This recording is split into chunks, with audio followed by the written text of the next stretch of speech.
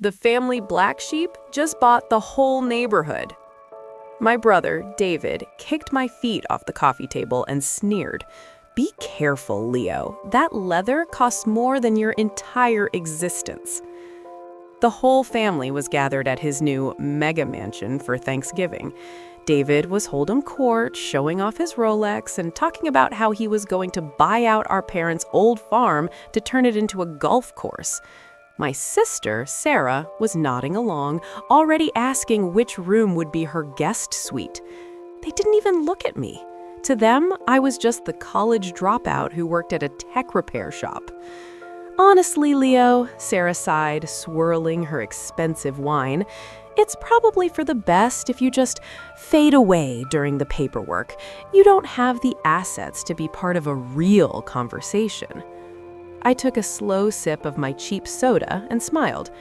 Actually, David, I'm glad you mentioned assets, because that exclusive developer who just bought the 300 acres surrounding this house, the one who owns your private access road?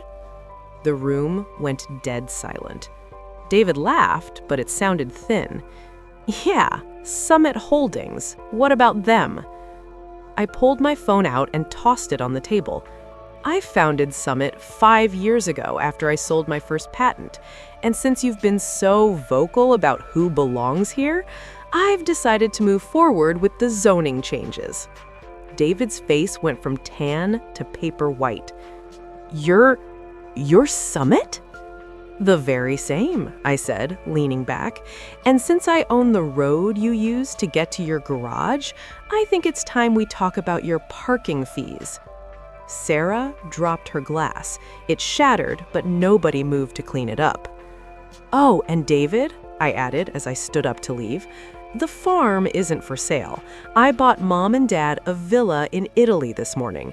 You might want to start looking for a house with a public entrance because this neighborhood just got a lot more expensive. I walked out the front door, and for the first time in 20 years, it was perfectly quiet.